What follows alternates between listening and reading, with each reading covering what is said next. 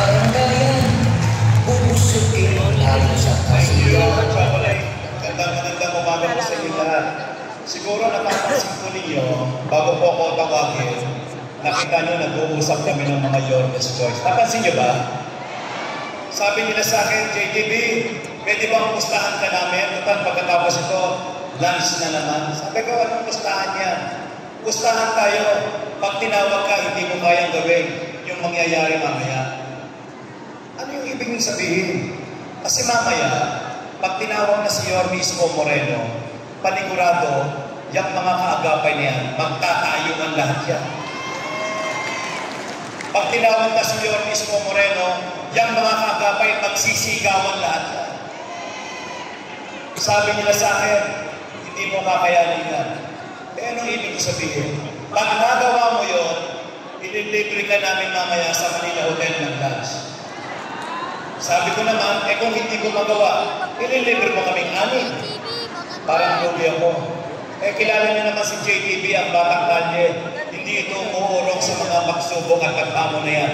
Kaya Chocolate, pwede ba ulitin mo magpapakilala sa akin? Mga minamahal mo namin kagapay, palakpakan mo natin ang batang kalye ng Sambalo, ang ating most outstanding counselor ng JTB Villanueva.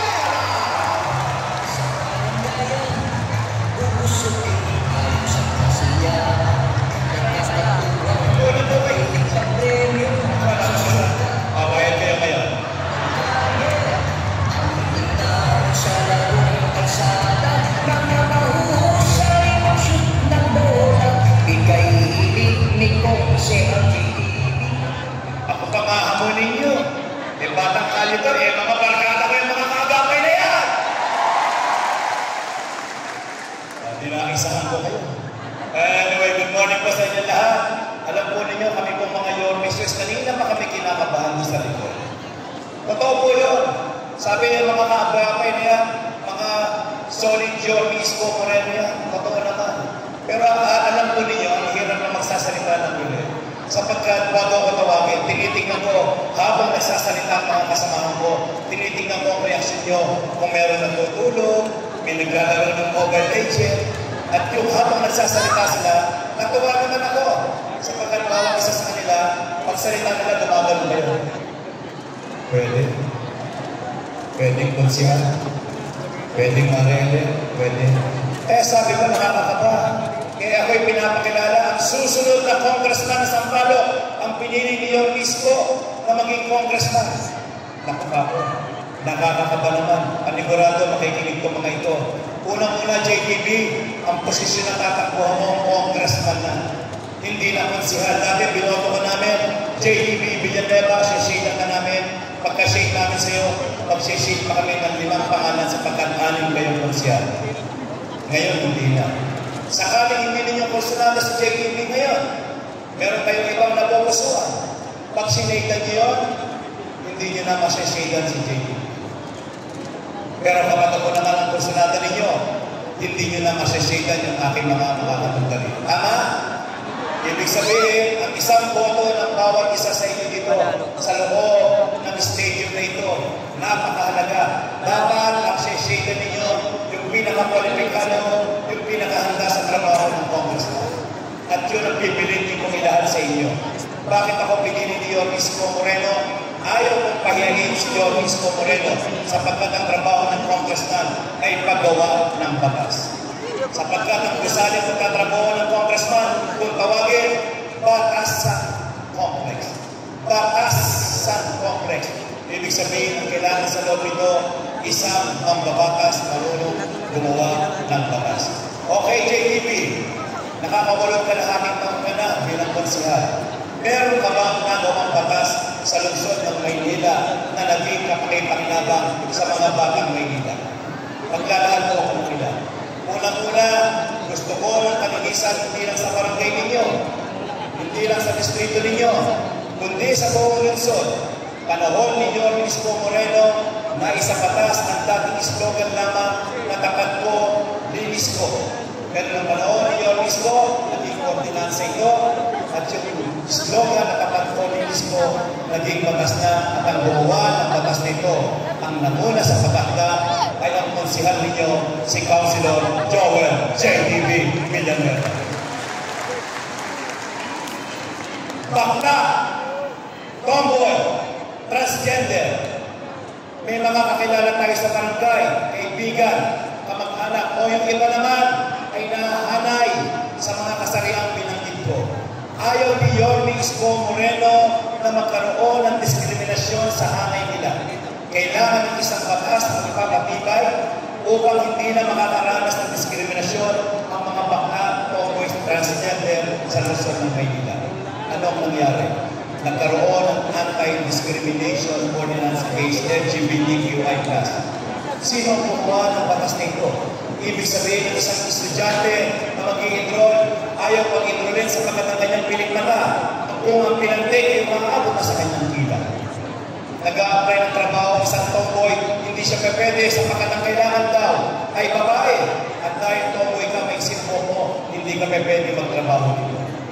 Bawal lahat yan sa Maynila sapagkat meron tayong batas na naipasa yung Anti-Discrimination Ordinance Against LGBTQI+, at ang gumawa at ang muna sa paggawa nito, konsihan ninyo sa Sampaloc, Maynila, Councilor Joel JTV Villanueva.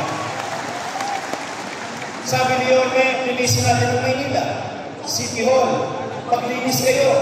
Paano tayo susunod kay Yorme? Kung ang labos nila, ang mga underpass, ang nakasulat, ibaksa ang gobyerno. Itaas, ibaba ang presyo ng langis. Sino maniniwala kay Yorme sa panawagan ng paglinis? Dapat ayusin natin ang mga pader natin. Mga pader ninyo sa bahay, sa mga building, sa ating lungsod. At nasa igawa ito ng panahon ni Yorme Isko Moreno. Lalo natin pinagtibay ito sa pamamagitan ng isang batas na kung tawagin ay Anti-Vandalism Ordinance of 2019 at ang namuna sa patakda ng batas nito, si Konsihal Joel JTV Villanueva. Ang sarap ng tulog ninyo, biglang may dadaan ng motorsiklo, ang ingay ng tambudyo, ang sakit sa tenga. Pero meron ng batas dito. At ang gumawa ng batas na yan, si Konsihal JTV Villanueva. Pero hanggang ngayon, JTV, nakakaranas kami ng mga iingay na ito. Huwag niyo pong sisisihin si JTV, si Konsihal DJ, si Konsihal Lady, sapagkat kami mga mababatas naman. Ang dapat na magpatupad nito ay ang local chief executive o alkalde ng Luzon ng Maynila. Sabi sa akin ni Yorme, doon sa loob, JTV pwedeng sabihin sa mga agapay natin, oras makabalik tayo sa City Hall, yung batas na ginawa mo, yung pagpapatigil sa mga maiingay na motorsiklo na may tambudyo maiingay, ipatitigil na ni Yorme Isko Moreno. Kapagos. JTV, pagdating sa sports, basketball, volleyball, bukang bibig ka ng kabataan. Tama naman. Kasi ikaw ang panggan na magbola o magbola. Kaya lang, tanong ng nanay, tatay, lolo at lola namin, yan naman manok mo, anak. Pang-sports lang yan, pang-kabataan lang yan. Baka wala namang naitulong sa aming mga matatanda yan. Hindi po. Bago maging alkalde si Yorme Isko Moreno, ang ginagawa ng mga alkalde ang mga senior citizen, solo parent, PWD, pinapatawag bago mag-eleksyon. Ito po ang inyong allowance, ito po ang inyong allowance, ito po ang inyong allowance. Pero pagkatapos ng eleksyon, pero hindi. Pag naging alkalde si Yorme Isko Moreno, ang mga senior citizen na nakakuha ng mga katanggap ng monthly allowance na isagawa ng panahon ni Yorme at na ipagpatuloy hanggang sa kasalukuyan. Ibig sabihin, kahit pala magpalit ng alkalde, every election, magpapatuloy ng mga katanggap ng mga lolo-lola natin ng monthly allowance. Bakit? Dahil merong batas na ginawa sa lungsod ng Maynila. At ang batas na nagsasabi makakatanggap ang senior citizen, solo parent, PWD ng monthly allowance. Kahit magpalit-palit ng alkalde sa darating eleksyon, ang namuna sa paggawa, ang unang tumayo sa loob ng konseo, walang iba kundi si Konsihal Joel JTV Villanueva. Dahil dyan, JTV, nakita namin ang kahanggan mo bilang isang mamabatas para sa posisyon ng Congressman. Malaking check na sa amin. Pero sa may likod, habang pumapasok kami dito sa gusaling ito, marami nagtatanong sa akin mula sa inyo. JTB, narinig namin ang pahingay ngayon. Maya-maya, kaliwat kanan, ang bigayan ng AX, AKAP, at mga tubad. Pag ikaw ba naging congressman, ano ang gagawin mo dito? Pag ako ang naging congressman ninyo, pagdating ng June 30, 2025, kung itong lahat nito ay aabutan ko pa, ipagpapatuloy lahat ni Congressman JTB ang mga mahagi ng AX, AKAP, at tubad. Pero may babaguhin ako. Pwede ba? Pwede ba? Tatanungin ko kayo, pagtaas nga ng kamay ang mga nakakatanggap dito ng AX, AKAP, at tubad. Meron yan. Isa, dalawa, tatlo, apat, lima, anim, pito, walo, siyam, sampu, isa, dalawa, tatlo. Ibig sabihin, sa 5,000, 6,000 mga kagapay ang nagtaas lamang ay halos 50. Yung iba hindi nakatanggap.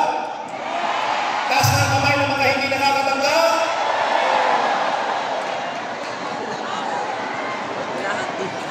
Taas na ulit. Ibig sabihin, sa loob ng kalahating taon, hindi kayo nakatanggap ng AX, AKAP, at tubad. Ano sa tingin ninyo ang dahilan bakit hindi kayo nakakatanggap?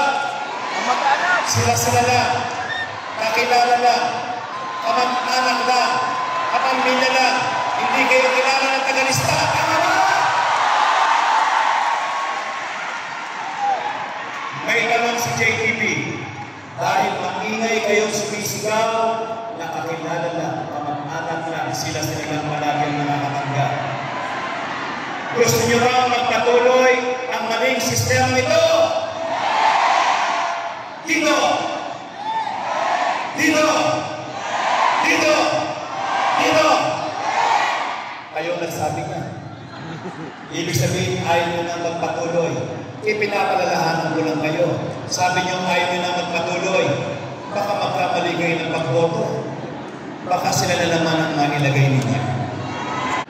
Do not expect a different result will come to you tomorrow if what you did today is the same as yesterday.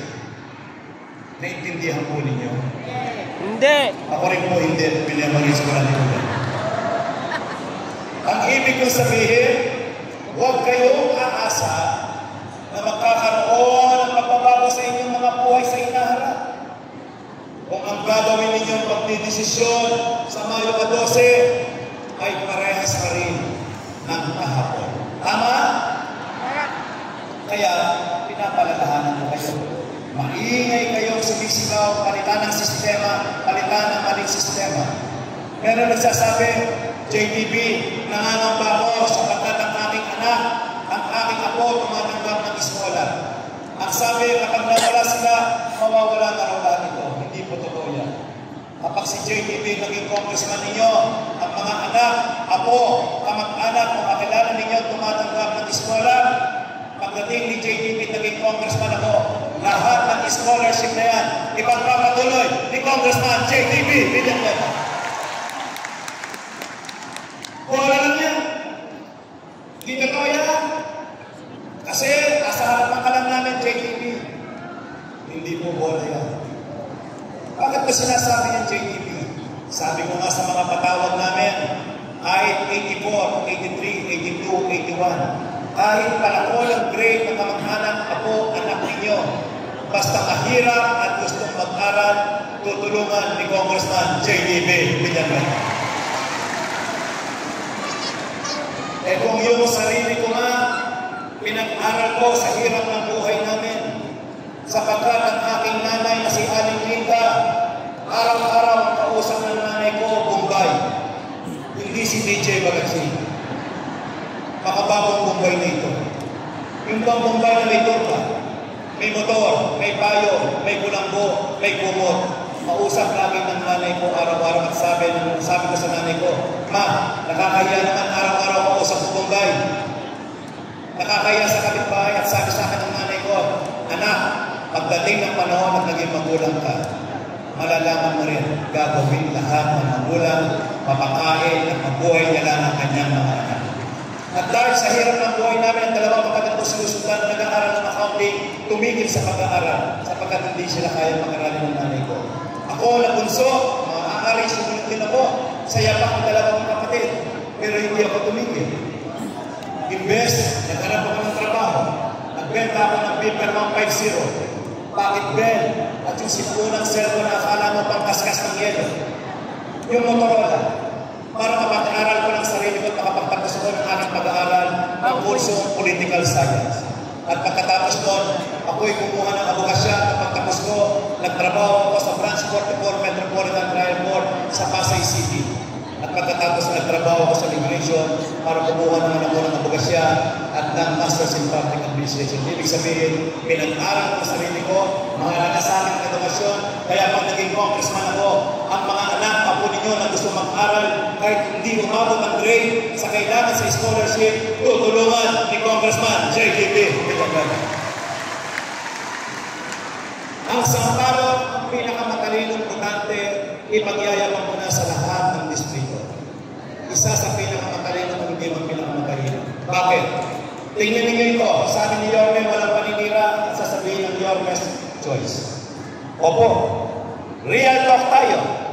Real talk tayo. 1998, ang naging congressman natin, si Congressman Dondon Bagatsing. Patapos na siya at ang ipinalit natin sa kanya ay isang magaling at masipag na konsihan at ang pangalan ng konsihan na ito, si Councilor Rudy Bacani. Naging congressman si Councilor Rudy Bacani 1998. 2001, nag-re-elect, panalo. 2004, nag-re-elect, panalo. 2007, natapos at sabi ni Congressman Rudy Bacani, maraming salamat sa palo sa siyang na taon na ginawa ninyo akong congressman. 3 lamang pong ipinanalo ninyo ako. Pero gusto ko bang ipagpatuloy sana ang pagiging congressman ko, bagamat hindi na akong pwede tumakbo. Kaya ang ginawa niya, pinatakbo niya ang kanyang muling may bahay na si Madam Butch Bacani. Pero hindi natin binoto si Madam Butch Bacani kahit ini-endorse ni Congressman Rudy. Instead, ang tinulungan natin maging congressman ang isang masipag na konsihan at ang pangalan ng konsihan nito, si Councilor Tricia Bolongan David. 2007. 2010, nag-re-elect panalo. 2013, nag-re-elect panalo. 2016, natapos si Congressman Bolongan at sabi niya, maraming salamat sa inyo, Sampalo. Sa 9 na taon na ibinigay niyo sa akin para maging congressman ninyo. Tapos na po ako, pero gusto ko pang ipagpatuloy sana ang aking paninilbihan sa inyo. Kaya kinatakbo niya ang kanyang kapatid, yung kanyang look-alike, at ito ay walang iba kundi si Ate Ani Bunuan. Pero hindi natin tinulungan si Ate Ani Bunuan kahit gusto siyang i-endorso ni Congressman Tricia Bunuan. Imbes na tulungan natin sumunod na congressman ng kanyang kapatid, ang tinulungan natin mga taga-Sampalo, isang masipag na konsihan sapagkat gusto naman natin magbigay ng pagkakataon sa iba naman. At ang ginawa natin congressman noon, ang isang masipag na konsihan at ang pangalan, si Councilor Edward Masset. 2016, 2019, 2024, 2022. Sa June 30, 2025, tapos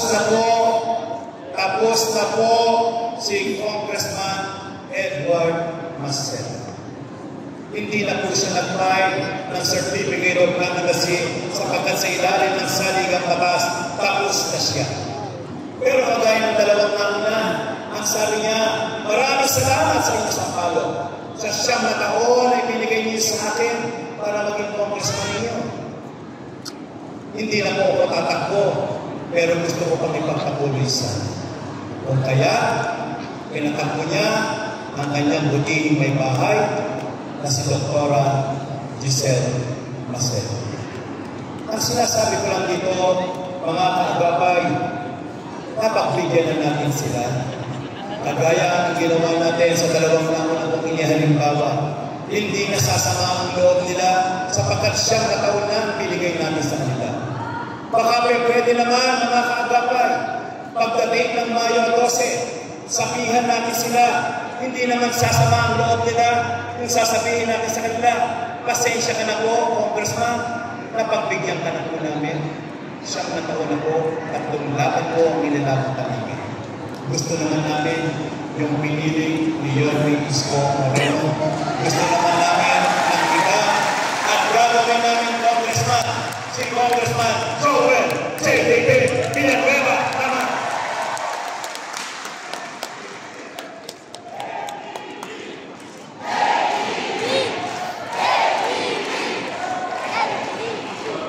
Bilang pagtatapos, sabi ni Madam Daini, ang ina ng agapay, sabi ni Yorme Isko Moreno, ang ama ng agapay, mga agapay, sa Mayo 12, ang lulutuin natin putahe ay pinakbet. Pwede ba yan? Opo. At ang iyahanda natin sa loob ay kalabasa, ang palaya, okra. Ano ba? Sitaw. Talong. Sitaw. Pagbit. At siyempre lalawan niyo ang konting laman ng taba ng baboy. At siyempre kailangan na bagoong. Yun ang recipe ng masarap na pinakbet. Sabi ni Ma'am Daini, sabi ni Yorme, itong lulutuin natin, masarap na pinakbet. Pero may ilan sa atin dito, ay, basta, pag nagluto mo ng pinakbet, lalagyan mo ng suka para maiba ang lasa. Maasim. Lalagyan mo ng ibang sawo para maiba ang lasa. Tumaliwas kayo sa masarap na recipe na inihanda ng mga nangunan at mga organized dito. Anong ibig mo sabihin, JTB? Sakaling hindi si JTB ang napupusuhan ninyo. Sakaling may napupusuhan kayong ibang congressman, tandaan lang po ninyo, yung congressman na napupusuhan ninyo, ang gustong manalong mayor, hindi si Yorme Isko Moreno. Kapag hindi tayo sumunod, ito pa rin ang gusto namin congressman, hindi si JTB. Isipin nyo lamang na ang gustong manalong mayor, ang gusto ninyong congressman ay hindi si Yorme Isko Moreno. Pero kapag susunod kayo sa recipe na gusto ng ating mga tagapamahala, hindi magbabago ang lasa ng masarap na pinakbet kung ang pipiliin ninyong congressman ay si Joel JTB Villanueva.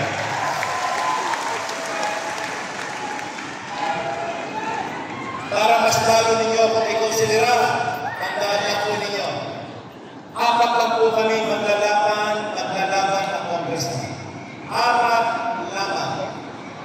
Itong nagsasalita sa inyo, ang tanging kandidatong congressman na pinili ni Yorme na nakaranas ng nasubugan ito 10 taong gulang ako, Sabado de Gloria, alas 10 ng gabi, nasunog ang bahay namin at ang tanging nailigtas ko ay ang alkansyal na pagbentahan namin ng ice candy at ng ice tubig ng aming nanay na si Aling Linda.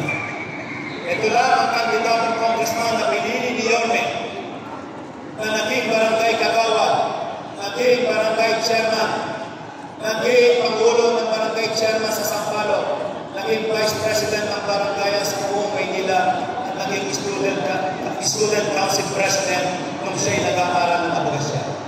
Ito lang ang kandidatong congressman na nag-aaral sa pampublikong eskwelahan, Geronimo Elementary School ng Kinder, Moises Salvador Elementary School, grade 1 hanggang grade 6. Ito lang ang kandidatong congressman na pinili ni Yorme, ang nakaranas na nangungupahan ng bahay, na narinig ang aming kasera na sinisigawan ng ating nanay na si Aling Linda. Hoy Linda, kung hindi niyo na kaya magbayad sa bahay, lumayas kayo dyan para mapaupahan namin at papasok na lang ang ating nanay sa loob ng bahay na umiiyak habang nakatingin ng isang JTB na walang magawa sa pagkatapoy estudyante lang. Ito lang ang kandidatong congressman na pinili ni Yorme Isko Moreno na pinag-aral ang sarili para makapagtapos ng 10 kurso upang magkaroon ng patas na laban sa hinaharap. Hindi ko ito binabanggit sa inyo para magmakaawa ako na ako'y mahirap. Binabanggit ko ito sapagkat itong mga dinanas ko ng hirap ng buhay. Itong struggle na dinanas ni JTV ang siya kong gagamitin para pagdating ko sa Kongreso, ako'y makagawa ng batas. Batas na ang makikinabang ay ang tunay na mga mahihirap, tunay na mga mamayan na kailangan ng tulong mula sa national government.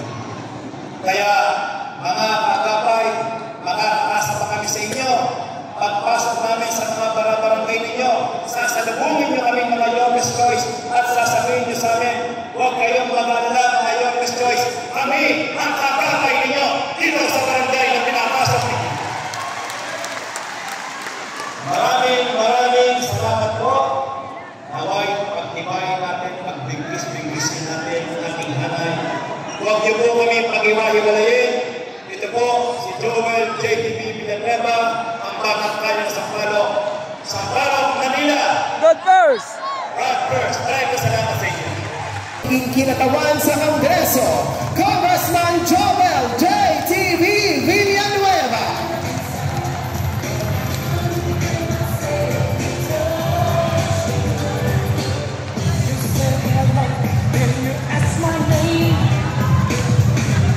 Muli mga kaagapay ng Distrito 4, maraming salamat po sa inyo po pagbibigay na pagkakataon na makasama po namin kayo ngayong umaga. Muli po, isang malakas na palakpakan naman po, Vice Mayor Chia Atienza at Yorme Isko Moreno Domendoso. At hindi po na natin po magiging kinatawan sa Kongreso, Congressman Joel JTV Villanueva at ang ating din po mga magiging